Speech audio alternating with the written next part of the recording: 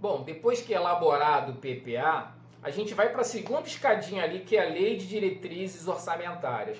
A Lei de Diretrizes Orçamentárias, na verdade, ela tem uma importância fundamental, porque ela faz, na verdade, uma ligação do planejamento estratégico, que é o PPA, com a Lei Orçamentária Anual. Na verdade, é uma prévia da Lei Orçamentária Anual. A LDO ela acaba estabelecendo parâmetros para a elaboração da Lei Orçamentária Anual. E ela tem vários temas que são normatizados na LDO, na Lei de Diretrizes Orçamentárias.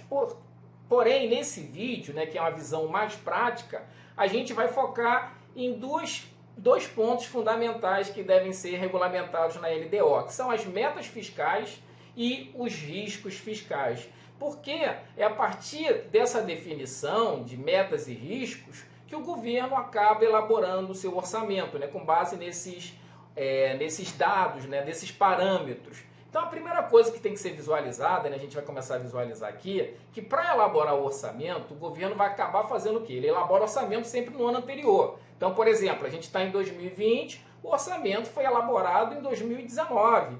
Então é um ano de diferença. Então o que o governo tem que fazer primeiro para definir essas metas, esses parâmetros? Ele tem que fazer uma projeção da atividade econômica, do cenário econômico, do panorama econômico, para poder dimensionar corretamente quanto que ele vai arrecadar, quanto que ele vai gastar, quanto que ele precisa economizar, quanto que ele vai aumentar ou reduzir sua dívida, né? O que a gente vai começar a visualizar é isso agora. Então a primeira coisa que ele tem que fazer é uma visualização desse panorama econômico. Então ele vai fazer um levantamento lá de algumas informações importantes. Para o próximo ano, né? Quanto que será o PIB no próximo ano? Então ele faz lá uma projeção do PIB para o ano que o orçamento está sendo elaborado. A inflação também é fundamental, ele tem que ter lá uma projeção de inflação. Então ele verifica lá e faz um levantamento do IPCA, do IGPDI, do IGPM, né, que são índices de inflação, para ele conseguir parametrizar e conseguir realmente fazer uma projeção correta da receita e da despesa. Além, claro, de outros agregados econômicos importantes, como a taxa de câmbio, né, como a taxa de juros, como a gente está visualizando aqui. Na verdade, o anexo de metas fiscais, que traz essas metas fiscais, sempre são para 3 anos. Ele traz para o ano em que se refere, né, que vai ser o ano do orçamento, e sempre uma projeção para os 2 anos seguintes, como a gente está visualizando aí. Então, primeiro passo, né, é verificar esse cenário macroeconômico para o ano, né, seguinte, e aí ele começa a definir as metas fiscais. Então ele vai definindo, seguindo essa seguinte ordem que a gente está visualizando aqui. Então a primeira coisa, tá, gente? Assim, sempre lembrando que isso é um vídeo para uma visualização mais prática da elaboração do orçamento. Então a primeira coisa, e aí, gente, só para fazer aqui uma observação, todos os entes têm dívidas, né? É difícil, eu acho que não existe um ente hoje que não tenha uma dívida. Então a primeira coisa, ele faz o levantamento dele do estoque de dívida, primeira caixinha aqui, tá, gente?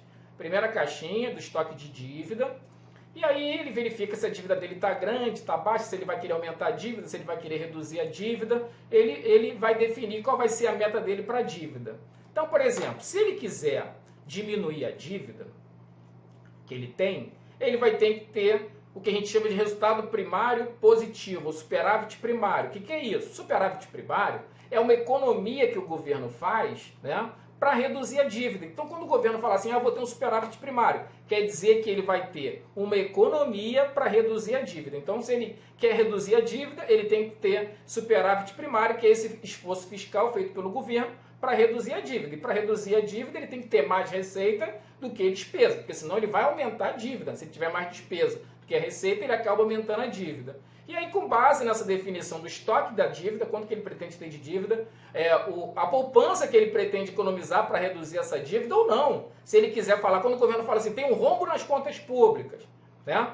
Quer dizer o seguinte, que o governo está gastando mais do que arrecadando. Consequentemente, ele vai aumentar esse estoque da dívida.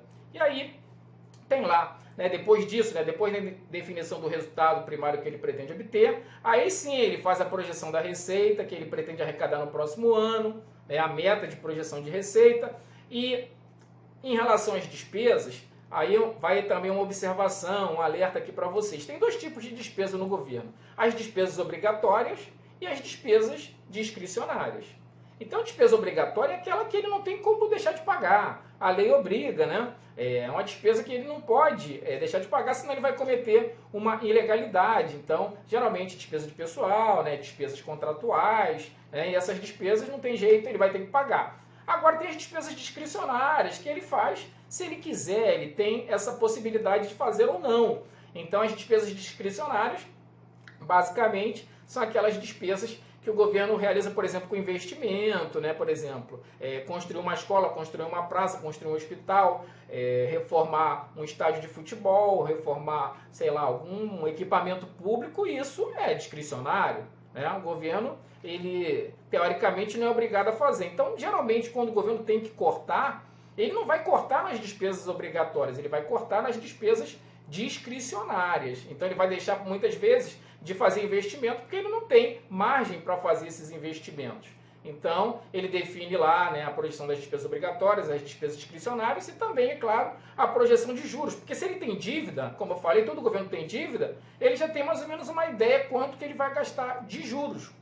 E os juros é fundamental porque ele tem que pagar, não tem jeito. Então, é um item desse agregado que ele tem que realmente resolver. E por último, lá, a última caixinha, tá, gente? A última caixinha é a caixinha do resultado nominal. Então, o resultado nominal, na verdade, é a diferença na variação da dívida. É só você pegar a dívida no início do ano e no final do ano. Se teve um aumento, né, você teve um resultado nominal negativo. Se teve uma redução, você teve um resultado nominal positivo. Então, para definir as metas, tem que estudar todo esse cenário macroeconômico, né, porque é um ano atrás, você está projetando para um ano para frente, e aí sim, a LDO ela vai definir qual vai ser sua meta para dívida, meta para resultado primário, meta para receita, meta para despesa e meta para resultado nominal. Tudo isso tem que ser muito bem projetado para o orçamento espelhar a realidade e não provocar, por exemplo, desequilíbrios fiscais. Porque quando você projeta o orçamento errado, por exemplo, faz uma estimativa de receita muito alta, você acaba fixando uma despesa muito alta. Então, pode gerar o quê? Um desequilíbrio orçamentário, porque se você não arrecadar aquela receita e gastar o que você projetou em cima daquela projeção, você acaba tendo o quê? Mais despesa do que receita, então isso gera o quê? Um desequilíbrio orçamentário. Então, só para a gente entender esse passo a passo. Então, vamos lá para a gente voltar, né, para a LDO, a gente está falando da LDO. E, por último, né, depois que é tudo resolvido, o governo projeta em valores, né? Essas metas. Então é isso que a gente vai visualizar agora. Então tem lá. Aí no final, ele tem lá uma projeção. Quanto que ele vai arrecadar de receita total, de receita primária, despesa total, despesa primária, resultado nominal, dívida pública consolidada, dívida consolidada líquida. Isso em valores agora financeiros, porque ele estava definindo lá o quê? Os parâmetros. Agora ele está definindo realmente em valores financeiros essas metas. E essas metas, elas têm que ser fixadas e têm que ser observadas na hora de elaborar a lei orçamentária anual. Tanto que isso é tão importante que se o governo, por exemplo, não cumprir a meta de resultado nominal e primário que foi fixada, ele pode ter suas contas questionadas, né, pelo Tribunal de Contas, pelo Poder Legislativo. Então, a importância de cumprir a meta. E até agora vale um registro especial que uma forma de não cumprir essas metas é quando acontece essa calamidade pública, igual está acontecendo atualmente. Então, atualmente, a gente está aí com esse problema da calamidade pública. Então, o que acontece nesses casos? O governo geralmente faz um decreto reconhecendo a calamidade pública e se esse decreto for reconhecido pelo Poder Legislativo, ele está liberado de cumprir as metas fiscais, que é o que eu estou falando exatamente nesse momento. Ele está liberado, ele não precisa cumprir, mas tem que ter esse decreto, tem que ser reconhecido, essa decretação da calamidade pública tem que ser reconhecida pelo Poder Legislativo. Isso tudo, tá, gente, focado no artigo da Lei de Responsabilidade Fiscal, que é o artigo 65 da famosa LRF, que é o momento que a gente está vivendo agora. Praticamente todos os entes, né, declararam estado de calamidade pública, mas o objetivo é esse, para não ser obrigado a cumprir essas metas, já que aqueles parâmetros macroeconômicos, lembra que eu expliquei, que foram projetados, com a calamidade pública, aqueles parâmetros foi por água abaixo.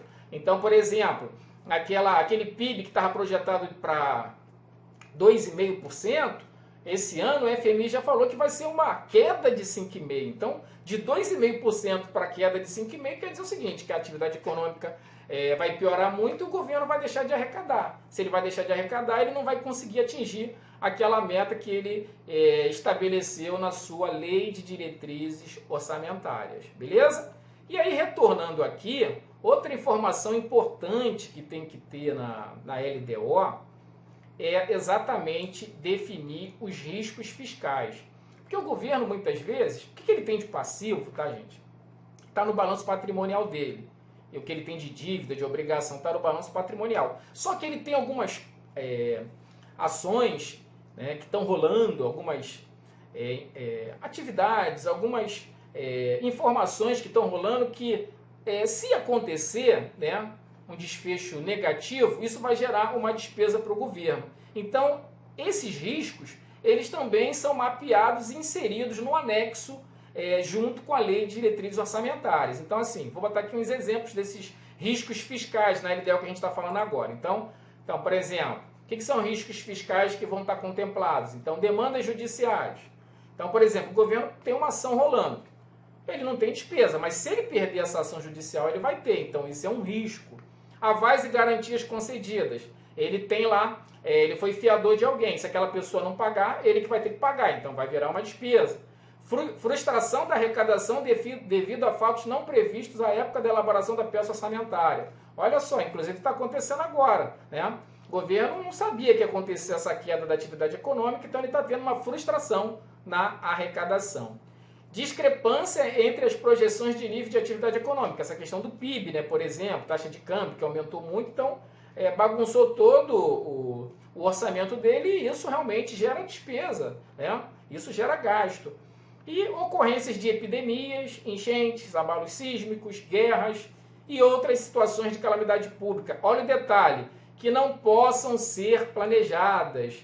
Então, gente, por exemplo, dengue. Dengue é uma epidemia, mas acontece todo ano. Então, o governo já tem que deixar um recurso no orçamento para combater dengue. Enchente, gente, em determinados locais do Brasil acontece enchente todo ano. Então, o governo já tem que deixar um recurso para combater as mazelas das enchentes. Mas, por exemplo, epidemia como essa, que nunca aconteceu no mundo nem no Brasil, aí sim, realmente, isso é um risco fiscal. E também, claro, no Brasil, abalos sísmicos, né, isso não acontece. Se acontecer, realmente vai criar despesa, mas é um risco, né, que o governo tem, guerra e outras situações de calamidade pública. Então, esse anexo de riscos fiscais, ele vai contemplar esses riscos que o governo tem, tá, gente? E lembra disso que depois, quando eu falar da lei orçamentária, que é o orçamento, tem um link para fazer em relação a esses riscos fiscais, ok? Então, gente, a gente já tem uma visão, só é importante lembrar que é uma visão prática, tem muitas outras informações